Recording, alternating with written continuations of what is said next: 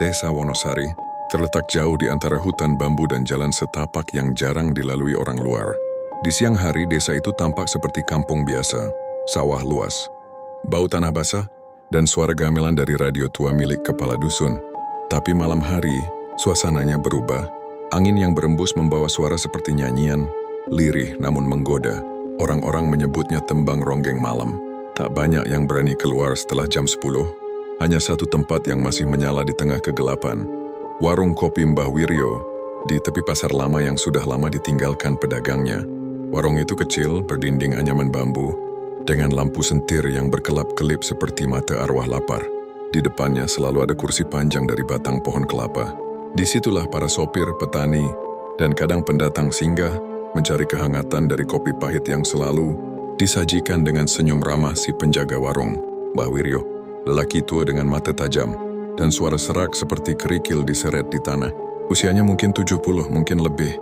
Tak ada yang tahu pasti karena ia seolah tak pernah menua. Rambutnya selalu putih, wajahnya selalu sama. Hanya senyumnya yang entah kenapa membuat orang enggan menatap terlalu lama. Suatu malam ketika hujan baru saja reda, datanglah seorang pemuda bernama Bayu. Ia baru pindah ke desa itu, bekerja sebagai kuli bangunan di proyek jembatan dekat hutan. Orang-orang kampung memperingatkannya, kalau malam jangan lewat pasar tua. Di sana ada yang jaga. Tapi Bayu bukan tipe yang mudah percaya pada cerita mistis. Ia menertawakannya sambil menepuk pundak temannya. Lawang cuma pasar tua kok, masak ada yang jaga. Malam itu rasa penasarannya menang. Ia pulang lewat jalan pasar tua, dan di sanalah untuk pertama kalinya, ia melihat cahaya dari warung kecil itu. Bau kopi menyeruak, bercampur dengan wangi kemenyan dan melati yang tajam menusuk hidung. Bayu melangkah masuk. "Selamat malam, nak," sapa Mbah Wiryo tanpa menatapnya. "Mau kopi pahit atau manis?" "Pahit aja, Mbah," jawab Bayu. "Biar kuat kerja besok." Mbah Wiryo tertawa pelan, suara tawanya parau dan aneh, seperti gema dari dalam sumur tua. Ia semenudang air panas dari ceret tembaga. Dan di saat itu, Bayu melihat sesuatu, bayangan perempuan menari di belakang warung, di bawah cahaya bulan. Gerakannya lembut anggun tapi kakinya tidak menapak tanah. Bayu berkedip, bayangan itu lenyap. Hanya suara gamelan samar yang tersisa, seolah dari kejauhan. Ia meneguk kopinya. Hangat, pahit, dan anehnya. Rasanya membuat jantungnya berdebar cepat, seolah tubuhnya diselimuti energi aneh. "Enak kopinya, Mbah," katanya. Mbah Wiryo hanya tersenyum, matanya menatap dalam ke arah Bayu. "Setiap kopi punya harga, nak. Kadang bukan uang yang kau bayar." Sejak malam itu Bayu sering datang. Kadang hanya duduk diam, kadang mengobrol sebentar. Setiap kali ia datang, warung itu selalu terasa hidup. Api disentir tak pernah padam. Meski hujan turun deras, kopi Mbah Wiryo selalu terasa lebih nikmat dari kopi manapun yang pernah ia minum. Namun satu hal yang membuatnya heran. Setiap malam ia datang, selalu ada tamu lain duduk di pojok warung, mengenakan kain jarit lusuh dan selendang merah. Rambutnya panjang menutupi wajahnya. Tak pernah bicara, tak pernah bergerak, hanya duduk memandang kosong ke arah jalan. Bayu mengira itu pelanggan tetap, tapi suatu malam saat ia memberanikan diri menoleh dan menyapa, sosok itu sudah tidak ada. Di bangkunya hanya tersisa setangkai bunga melati basah, meneteskan aroma manis menusuk yang membuat kepalanya pening. Ketika Bayu menoleh ke arah Mbah Wiryo, lelaki tua itu tersenyum tipis, "Jangan menatap terlalu lama. Dia suka kalau diperhatikan." Desa Wonosari mulai resah. Setiap malam Jumat Kliwon selalu ada kabar orang hilang. Kadang kuli projek, kadang pedagang kopi keliling. Mereka semua terakhir terlihat di sekitar pasar tua. Kepala dusun sampai mengutus ronda untuk berjaga, tapi tak satu pun berani mendekati warung Mbah Wiryo. Bayu mulai merasakan keanehan. Ia sering mimpi buruk. Melihat wanita menari di atas bar, tertawa dengan wajah berdarah. Dalam mimpinya, Mbah Wiryo berdiri di samping wanita itu, memegang cangkir tembaga, meminum sesuatu yang tampak seperti darah. Suatu malam, Bayu terbangun dengan bau melati menusuk di kamarnya. Di meja, ada secangkir kopi panas, sama persis seperti kopi Mbah Wiryo. Hari berikutnya, Bayu memberanikan diri datang ke warung itu lagi. "Mbah," katanya pelan, "kopi yang Mbah buat itu, ada rahasianya ya?" Mbah Wiryo menatapnya lama. "Setiap aroma punya penunggunya, nak. Setiap rasa ada pengikatnya." Bayu menggigil. "Maksudnya?" "Kalau kau ingin tahu," kata Mbah Wiryo sambil menatap hutan di belakang pasar, "datanglah malam Jumat nanti. Tapi ingat, Jangan bicara, jangan lari, dan jangan menatap wajahnya. Bayu hanya bisa menelan ludah. Malam itu saat ia pulang, ia merasa ada yang mengikutinya. Di antara pohon bambu, ia melihat bayangan perempuan menari. Jaritnya melambai, matanya hitam tanpa bola. Malam Jumat pun tiba. Langit mendung, petir menyambar di kejauhan. Pasar tua tampak lebih gelap dari biasanya. Bayu datang membawa senter kecil dan doa dalam hati. Warung Mbak Wiryo tampak berbeda malam itu. Tak ada lampu sentir, hanya asap kemenyan menebal di udara. Di tengah ruangan, sebuah meja besar ditutupi kain merah. Di atasnya ada sesajen bunga melati, kepala ayam, dan kendi tembaga. Mbah Wiryo duduk bersila, wajahnya setengah tertutup kain hitam. Dia akan datang, bisiknya. Jangan bicara. Jangan menatap. Bayu menahan napas. Suara gamelan mulai terdengar. Lembut tapi mencekam. Angin berputar, dan dari kegelapan muncul sesosok perempuan. Gerakannya anggun seperti penari istana. Selendang merahnya melambai mengikuti irama. Tapi wajahnya bukan wajah manusia. Kulitnya pucat keabu-abuan. Matanya hitam legam tanpa cahaya. Bibirnya merah meneteskan darah. Setiap langkahnya meninggalkan bekas basah di tanah. Seperti jejak darah. Dia berhenti di depan Mbah Wiryo menunduk perlahan. Nyai Ronggeng, bisik lelaki tua itu dengan hormat. Bayu ingin menjerit tapi suaranya lenyap. Nyai Ronggeng menoleh perlahan ke arahnya. Senyum kecil muncul di bibirnya yang dingin. Dia yang baru? Suaranya melengking lembut, tapi menusuk telinga. Mbak Wiryo menunduk, masih muda, masih polos. Tapi punya keberanian. Nyai tertawa lirih. Bagus.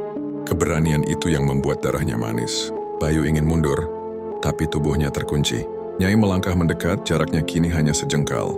Ia meraih dagu Bayu, mengangkat wajahnya. Dari matanya keluar air mata darah yang menetes ke tanah.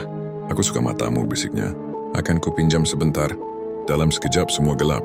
Bayu terbangun pagi hari. Di depan warung yang kini kosong dan berdebu. Tak ada Mbah Wiryo, tak ada meja, tak ada tanda-tanda kehidupan. Hanya setangkai melati busuk di tangannya. Dan bau kopi yang samar di udara. Ketika ia kembali ke desa, orang-orang menatapnya heran. Bayu, kata kepala dusun, kau dari mana? Kau hilang seminggu, nak. Bayu hanya diam. Ia tak tahu harus menjelaskan apa. Tapi malam itu di rumahnya ia menyalakan air panas. Tangannya gemetar ketika mencampur kopi yang entah kenapa terasa ingin ia minum.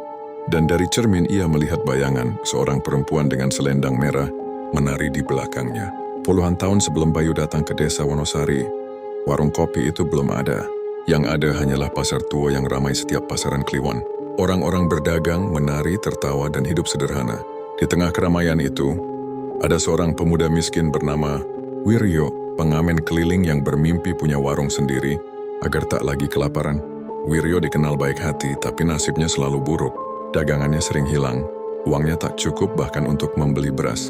Hingga suatu malam saat hujan deras dan perutnya kosong, ia berteduh di bawah pohon randu alas di tepi pasar. Pohon itu besar, menjulang, dengan akar mencuat seperti tangan-tangan tua. Orang kampung selalu menghindarinya. Mereka bilang di bawahnya tinggal penari istana yang mati terkutuk, Nyai Ronggeng, pelayan kerajaan yang dihukum mati karena menolak menjadi selir bangsawan. Wiryo yang saat itu putus asa, hanya duduk menggigil sambil memeluk lutut. Apa gunanya hidup kalau terus begini? Gumamnya lirih. Andai aku bisa punya warung, aku akan beri kopi untuk siapapun yang haus. Angin berhembus, lalu dari arah belakang terdengar suara gamelan lembut, padahal tak ada perayaan malam itu. Wiryo menoleh. Di antara kabut hujan, tampak seorang perempuan menari. Selendangnya merah darah, wajahnya cantik tapi matanya gelap. Kosong seperti langit tanpa bintang. Siapa kau? Tanya Wiryo gemeter. Perempuan itu berhenti menari, tersenyum tipis. Kau memanggilku dengan keinginanmu. Apa maksudmu? Aku adalah yang datang saat manusia putus harapan. Ia mendekat perlahan. Langkahnya tak meninggalkan jejak di tanah basah. Kau ingin warung, kau ingin hidup lebih baik, aku bisa memberinya, tapi semua ada harganya. Wiryo menatap wajahnya. Indah tapi tak manusiawi. Apa yang kau mau dariku? Perempuan itu menunduk. Jaritnya mengalir seperti darah yang menetes. Aku hanya minta satu hal, janji. Saat malam Jumat Kliwon, kau akan menyuguhkanku kopi pertama dari hasil daganganmu. Dan setiap kali kau ingin rezeki berlipat, kau harus menyuguhkan jiwa yang haus. Wiryo menelan ludah. Jiwa yang haus? Maksudnya manusia. Nyai Ronggeng tersenyum. Semua manusia haus. Ada yang haus akan harta. Ada yang haus akan kekuasaan, ada yang haus akan cinta. Aku hanya meneguk mereka yang datang dengan dahaga. Ia menyentuh dada Wiryo. Saat kau menyajikan kopi itu, panggil aku. Aku akan datang. Lalu perempuan itu lenyap bersama angin dan bau melati yang menusuk. Keesokan paginya, ajaib. Wiryo menemukan sekarung biji kopi kering di bawah pohon randu. Di sampingnya, sebuah kendi tembaga dan cangkir tua. Ia mengira itu berkah dari langit dan mulai membuka warung kecil di tepi pasar. Warung itu cepat laku. Orang-orang bilang kopi buatan Wiryo berbeda. Aromanya menggoda. Rasanya bikin ketagihan. Dalam seminggu, ia sudah punya uang cukup untuk membeli tanah dan bahan bangunan. Dalam sebulan, ia menjadi orang terpandang. Tapi setiap malam Jumat, warungnya selalu tertutup tirai. Tak ada yang boleh masuk. Dari luar, warga sering mendengar suara gamelan dan tawa perempuan di dalamnya. Dan selalu esok paginya, ada satu orang di desa yang menghilang. Suatu hari, seorang gadis bernama Raras datang ke warung itu. Ia sering menari di pasar kecil, menukar tariannya dengan segelas kopi dan sedikit uang. Mbah Wiryo, yang kini sudah tua tapi sehat, tampak menyukainya. Gerakmu anggun, nak, seperti menari untuk arwah, katanya sambil tertawa kecil. Raras tersenyum malu. Aku menari untuk hidup, mbah, bukan untuk arwah. Tapi malam itu Nyai Ronggeng datang lebih cepat. Di dalam asap kemenyan, suaranya terdengar dingin. Kau mulai lupa janjimu, Wiryo. 3 malam tak ada persembahan. Wiryo gemeter. Aku tak bisa lagi, Nyai. Sudah cukup darah, sudah cukup korban. Nyai menatapnya tajam. Kau ingin berhenti setelah hidupmu penuh kemewahan? Kau pikir warung ini bisa bertahan tanpa aku? Ia mendekat, wajahnya semakin mengerikan. Kulitnya retak seperti tanah kering, matanya mengeluarkan darah hitam. Kalau kau tak beri aku yang haus, aku akan meneguk darahmu sendiri. Wiryo berlutut memohon ampun. Nyai mengangkat tangannya, menunjuk ke arah pasar. Lihat gadis itu yang menari dengan sukacita. Aku menginginkannya. Wiryo terdiam lama. Dalam hatinya, rasa takut melawan rasa kasihan. Tapi ketika malam tiba, ia membawa secangkir kopi ke pasar dan menunggu Raras menari. Raras tersenyum ketika melihatnya datang. Mbah Wiryo? Mau menonton aku menari? Wiryo mengangguk pelan, menaruh kopi di atas batu. Minumlah dulu, nak, biar kuat menari. Raras meneguknya tanpa curiga. Detik berikutnya, tubuhnya terhuyung. Matanya membesar, darah keluar dari hidungnya. Ia jatuh, dan seketika kabut turun menutupi tubuhnya. Ketika kabut itu lenyap, hanya selendang merah yang tersisa. Sejak malam itu, warung Mbah Wiryo berubah. Di dalamnya selalu ada aroma melati dan suara langkah menari.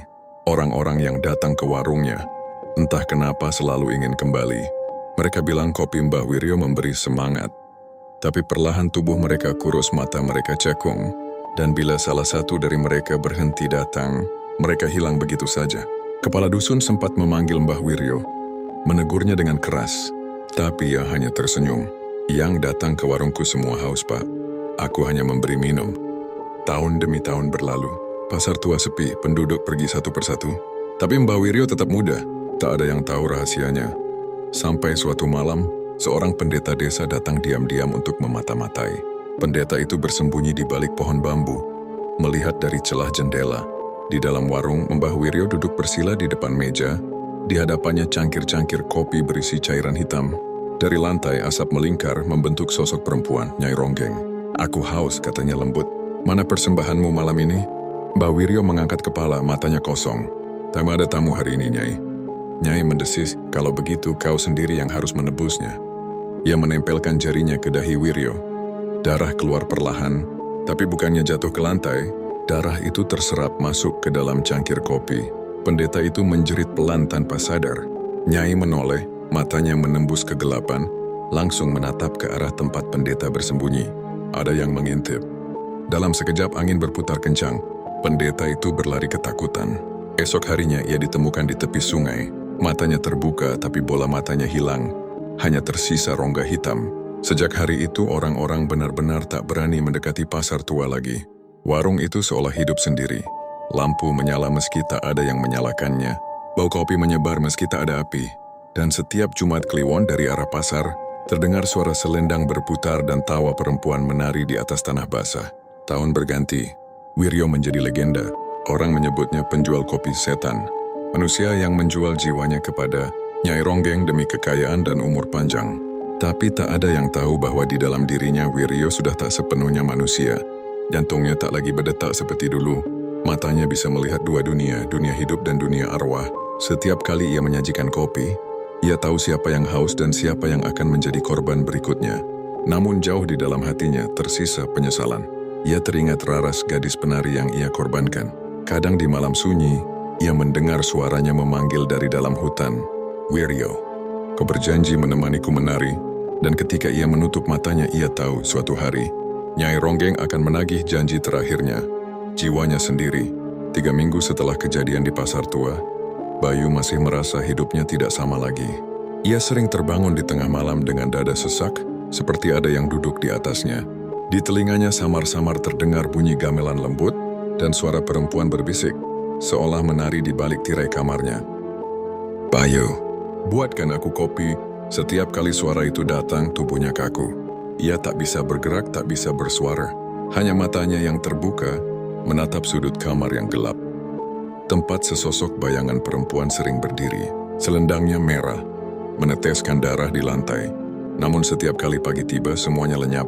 Yang tersisa hanya secangkir kopi hangat di meja dan bau melati yang kuat. Bayu mencoba mengabaikannya. Tapi semakin ia berusaha melupakan warung Mbah Wiryo, semakin sering kopi itu muncul. Sampai akhirnya ia memutuskan kembali ke Pasar Tua. Tempat semuanya bermula.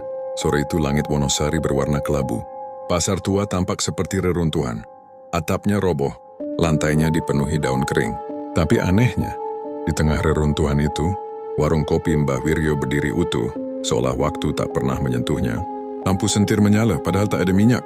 Di dalamnya kursi-kursi bambu tertata rapi. Dan di meja tengah, ada sebuah cangkir tembaga yang berisi kopi hitam masih mengepul panas. Bayu mendekat gemetar. Mbah? Panggilnya pelan. Tak ada jawaban. Hanya suara sendok logam yang beradu pelan dari arah dapur. Ia menoleh, dan di sana, di balik tirai kemenyan, tampak bayangan seseorang sedang mengaduk kopi. Siapa di sana? Serunya. Tirai bergerak pelan, dan dari baliknya muncul sosok lelaki tua berambut putih, mengenakan sarung lusuh dan kemeja batik pudar. Matanya tajam, wajahnya dikenal betul oleh Bayu. Mbah Wiryo? Lelaki itu tersenyum. Kau datang juga, nak. Aku sudah menunggumu.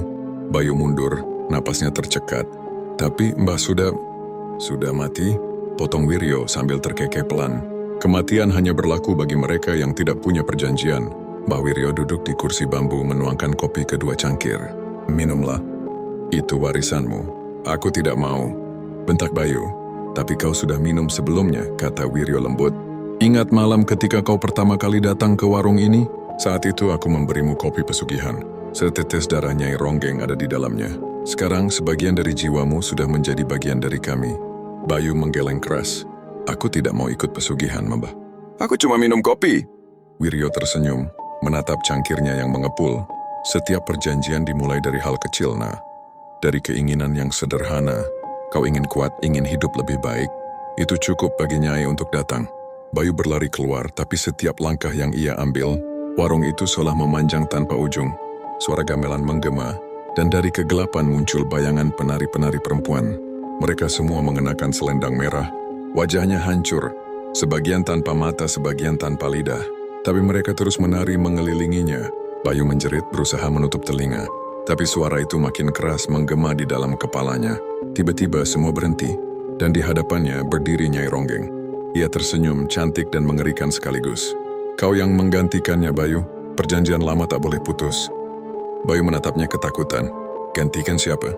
Penjual kopi, jawabnya lirih. Mbah Wiryo sudah terlalu tua. Saatnya darah muda menjaga warung ini. Bayu berlari keluar warung, tapi begitu keluar, ia mendapati dirinya di tengah hutan bambu. Bukan di Pasar Tua lagi. Udara beraroma kemenyan, tanahnya lembab. Di tengah hutan berdiri pohon randu alas besar, dengan akar seperti ular. Di bawahnya ada kendi tembaga dan sesajen bunga melati yang masih segar. Dari balik pohon terdengar suara Mbah Wiryo. Aku dulu juga menolak, nak. Tapi percaya padaku, melawan hanya membuatmu lebih menderita. Bayu menoleh melihat Mbah Wiryo berdiri di sana. Tubuhnya perlahan membusuk, matanya berlubang. Nyai Ronggeng bukan dewa, nak. Dia kelaparan. Kalau tidak kau beri jiwa, dia akan mengambilnya sendiri. Bayu menjerit. Aku tidak akan jadi bagian dari ini. Tapi dari arah pohon, Nyai muncul lagi, kali ini dalam bentuk asap hitam yang berputar. Kau sudah jadi bagian dariku sejak kau meneguk kopi pertamamu. Aku hanya butuh satu hal lagi. Darahmu di cangkirku. Asap itu melingkar di tubuh Bayu, mencekik lehernya. Ia berusaha melawan, mencakar udara, tapi tangannya hanya menembus kabut. Lalu terdengar suara pecahan kaca. Cangkir tembaga yang tadi di warung, kini muncul di hadapannya, melayang di udara, menunggu tetesan darah pertamanya. Di saat itu kilat menyambar langit. Bayu berteriak keras, meraih kendi tembaga di tanah, dan melemparkannya ke arah Nyai Ronggeng. Ledakan cahaya putih muncul. Angin berputar kencang. Nyai menjerit marah, suaranya memecah malam. Kau berani melawan aku, manusia? Bayu terlempar ke tanah. Ketika ia membuka mata, hutan itu sudah tak ada. Ia kembali berdiri di tengah pasar tua yang kosong. Warung kopi telah menjadi abu. Ia berdiri lama menatap reruntuhan itu dengan nafas tersengal. Ia pikir semuanya sudah berakhir. Tapi dari bawah tanah terdengar suara lirih, seperti bisikan dari bumi. Kopi belum selesai diseduh. Hari berganti minggu. Bayu berhenti bekerja, memilih menutup diri di rumah. Tapi anehnya, para tetangga mulai berdatangan. Mas Bayu, tolong seduhkan kopi dong. Katanya kopi bikinanmu enak ya. Bayu menolak, tapi entah mengapa tangannya refleks mengambil teko dan menyeduh. Begitu aroma kopi menguar, pikirannya kabur. Ia tak sadar apa yang ia lakukan. Hanya tahu setiap kali ia menyajikan kopi, hatinya tenang. Namun satu persatu orang yang minum kopi buatannya sakit misterius. Tubuh mereka lemah, kulit pucat, mata kosong. Dan setiap kali Bayu bangun pagi, ia mendapati uang di teras rumah. Banyak. Bertumpuk beraroma kemenyan. Bayu mulai sadar, kutukan warung itu telah pindah ke dirinya. Suatu malam ia bermimpi. Dalam mimpi itu, ia duduk di kursi bambu di warung tua, mengenakan pakaian Mbah Wiryo. Di depannya, Nyai Ronggeng menari di bawah cahaya bulan. Ia berhenti mendekat dan berbisik lembut di telinganya. Sekarang kau penjaga warungku. Jagalah api di sentir itu. Jangan biarkan padam, dan aku akan menjagamu dari kemiskinan. Bayu menatap api kecil di meja. Api itu menyala dengan warna merah darah. Menari mengikuti irama langkah Nyai. Dan dalam dirinya sesuatu mulai tumbuh. Bukan ketakutan, tapi keinginan. Keinginan untuk berkuasa. Esoknya Bayu membuka kembali warung kopi di tempat lama. Dengan papan baru bertuliskan Warung Kopi Ronggeng. Orang-orang datang ramai, dan setiap malam, ia menyalakan kemenyan serta menyajikan secangkir kopi pertama untuk seseorang yang tak terlihat. Di luar, angin membawa aroma melati, dan dari jauh terdengar suara gamelan halus. Tarian tak pernah berhenti, Bayu. Sekarang giliranmu yang menyiapkan iramanya. Malam di desa Wonosari tidak lagi sunyi. Sejak warung kopi Ronggeng dibuka kembali oleh Bayu, setiap malam selalu ramai. Dari jauh terdengar tawa, denting cangkir, dan musik dangdut samar dari radio tua di pojok warung. Tapi semakin malam larut, suasana berubah. Udara jadi berat, wangi melati semakin kuat. Dan bila seseorang menatap ke arah jendela warung, kadang terlihat bayangan perempuan menari di dalamnya, bergerak mengikuti irama gamelan halus yang entah datang dari mana. Bayu duduk di kursi bambu di belakang meja, mengenakan kain batik hitam, menatap para tamu yang tertawa sambil menyesap kopi, tapi matanya kosong, seolah tak benar-benar melihat mereka. Kadang bila seseorang menatapnya terlalu lama, mereka akan melihat sekilas bayangan lain di belakangnya. Sosok perempuan dengan selendang merah melingkari leher Bayu seperti kabut. Warga desa mulai memperbincangkan keanehan itu. Warung Bayu nggak pernah tutup ya? Iya, padahal dia sendirian, tapi selalu ada kopi panas tengah malam. Katanya kalau lewat situ jam 2 pagi bisa dengar suara tawa perempuan. Namun tak ada yang berani menegur, karena siapapun yang mencoba selalu jatuh sakit. Suatu hari Pak Lurah mengutus 2 orang ronda untuk memastikan kebenarannya. Mereka datang tengah malam membawa lampu Petromax. Dari luar, warung tampak biasa. Tapi begitu pintu dibuka, suara gamelan langsung berhenti seolah tahu mereka datang. Di dalam hanya Bayu yang duduk sendirian, memandangi cangkir kosong. Bayu, kata salah satu ronda, kenapa warungmu masih buka malam-malam begini? Bayu tersenyum pelan, wajahnya pucat. Masih banyak yang haus, Pak. Siapa, kan nggak ada orang? Bayu menoleh ke arah kursi-kursi kosong. Mereka duduk di situ, Mas. Kadang mereka cuma haus, kadang rindu. Ronda itu menelan ludah, menatap kursi-kursi yang ia kira kosong. Tapi dalam bayang cahaya Petromax, tampak siluet tubuh-tubuh samar duduk diam. Ada yang menunduk. Ada yang menatap ke arah mereka dengan mata hitam tanpa cahaya. Ronda itu panik menarik rekannya untuk pergi. Tapi sebelum melangkah keluar, Bayu berkata pelan, jangan lupa minum kopinya dulu, biar nggak sakit di jalan. Keesokan harinya, Dua ronda itu ditemukan tewas di sawah. Tubuh mereka kering seperti habis disedot darah. Dan di sampingnya ada 2 cangkir kopi kosong. Desa pun dilanda ketakutan. Tapi anehnya, semakin banyak orang yang takut, semakin ramai warung Bayu. Orang-orang luar desa datang, sopir truk, pedagang, perantau. Mereka bilang kopi Bayu bisa bikin semangat, bikin hoki. Tak ada yang tahu bahwa setiap kali seseorang meneguknya, bayangan Nyai Ronggeng menari di belakang Bayu, membisikkan doa-doa dari dunia bawah. Malam Jumat Kliwon hujan turun deras. Di dalam warung hanya ada Bayu dan 1 tamu. Sari, gadis penjual bunga melati yang sering lewat membawa dagangan ke pasar. Ia duduk diam menggenggam payung bambunya yang basah. "Mas Bayu," katanya lembut, "kenapa setiap malam warung ini berbau melati?"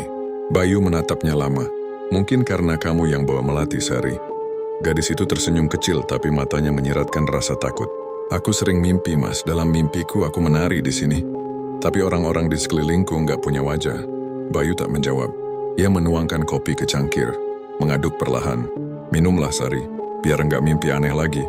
Sari menatap kopi itu lalu menggeleng. "Aku nggak haus, Mas." Bayu mendongak. Sekilas dari matanya keluar kilau merah samar. "Semua orang haus, Sari. Tinggal apa yang mereka hauskan." Suasana mendadak dingin. Lampu sentir bergetar, suara gamelan mulai terdengar dari luar warung. Sari berdiri gemetar. "Mas, di belakang Mas ada yang..." Bayu menoleh cepat. Di belakangnya berdiri Nyai Ronggeng. Wajahnya memucat, matanya meneteskan darah. Ia menatap Sari dan tersenyum. "Dia yang berikutnya." Sari berteriak berlari keluar warung. Tapi jalanan desa berubah jadi kabut pekat. Langkahnya tak sampai kemana-mana. Setiap kali ia menoleh, warung itu tetap di belakangnya. Sampai akhirnya ia tersandung. Tangannya terangkat, tapi seseorang atau sesuatu memegang pergelangannya. Dingin, kaku. Ketika kabut menipis, hanya tinggal setangkai melati basah di jalan. Esoknya warga menemukan warung Bayu tertutup rapat. Di depannya ada sesajen, bunga 7 rupa, kemenyan, dan secangkir kopi berisi darah ayam. Pak Lurah memerintahkan untuk membakar warung itu, berharap kutukannya berakhir. Tapi ketika api mulai menyala, terdengar jeritan dari dalam. Suara perempuan menari, suara Bayu memanggil. Dan di tengah kobaran api, warga melihat 2 bayangan menari. 1 laki-laki, 1 perempuan berputar di antara asap. Api padam dengan sendirinya. Warung itu lenyap, tapi di tanah bekasnya tumbuh pohon randu kecil. Dari batangnya, keluar aroma kopi setiap malam Jumat. Beberapa hari kemudian, seorang anak kecil menemukan sesuatu di tepi jalan. Papan kayu bertuliskan Warung Kopi Ronggeng. Ia membawanya ke rumah dan malam itu, ibunya terbangun karena mencium bau kopi panas di dapur. Di meja ada teko dan 2 cangkir, padahal mereka tak punya kopi di rumah. Di jendela bayangan Bayu tampak berdiri. Matanya kini kosong seperti Mbah Wiryo dulu.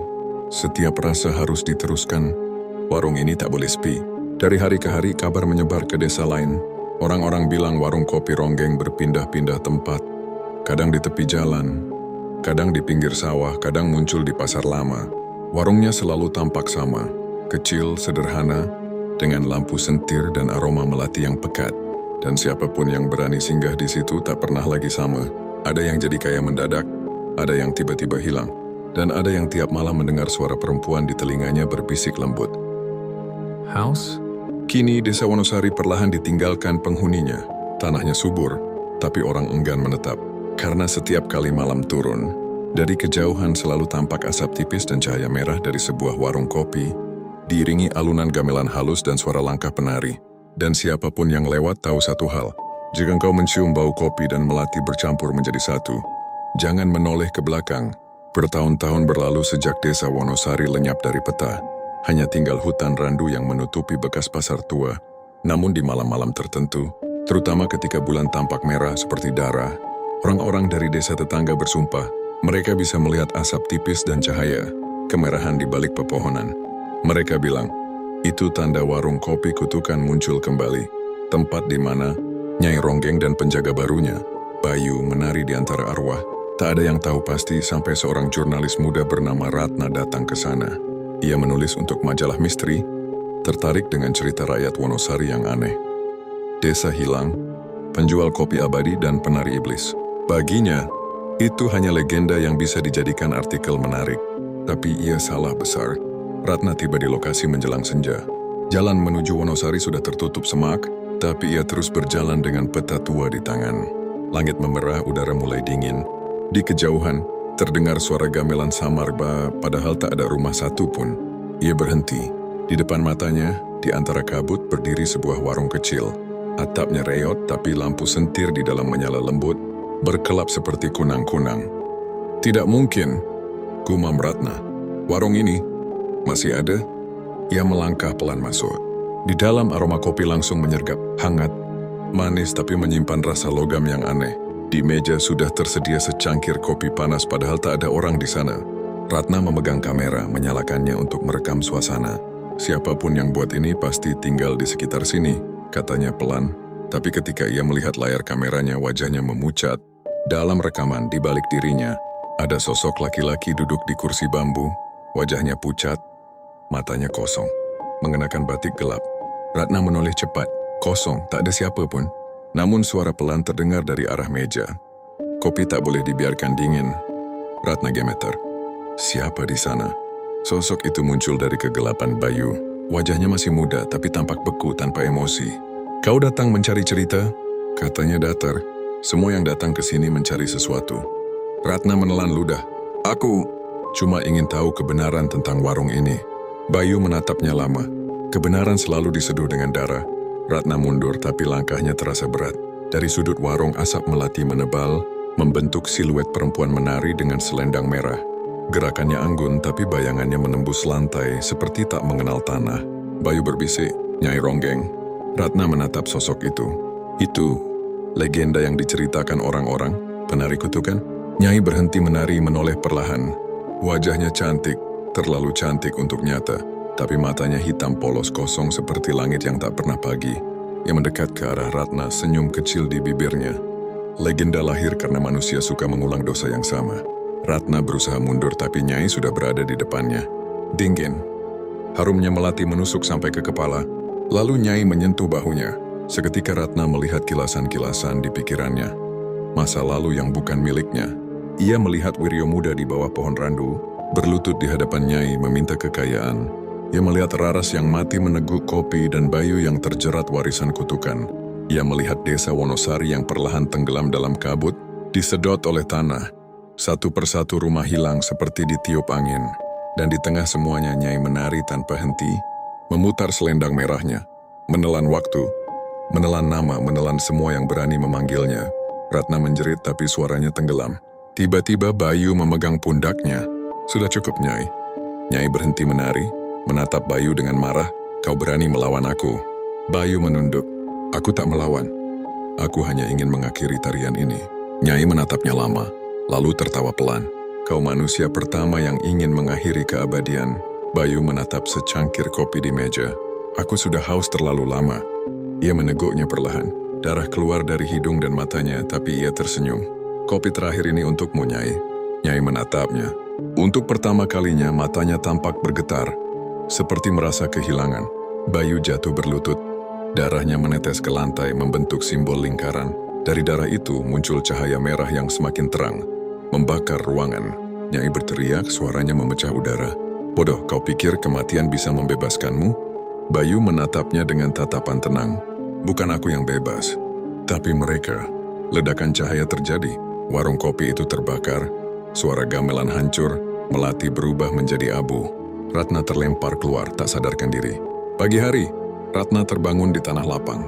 Di sekelilingnya hanya ilalang dan pohon randu besar. Tak ada warung, tak ada Bayu. Hanya satu hal yang tersisa. Sebuah cangkir tembaga berkarat di depannya, masih hangat, dengan aroma kopi samar. Ia membawa cangkir itu pulang, yakin kisah itu akan menjadi artikel terbaiknya. Namun malam berikutnya saat ia mulai menulis tangannya gemetar. Dari dapur terdengar bunyi sendok beradu cangkir. Aroma melati memenuhi rumah. Di layar laptopnya, huruf-huruf menulis sendiri. Warung kopi Ronggeng tidak pernah benar-benar mati. Ratna menatap ke arah jendela. Bayangan perempuan dengan selendang merah berdiri di sana.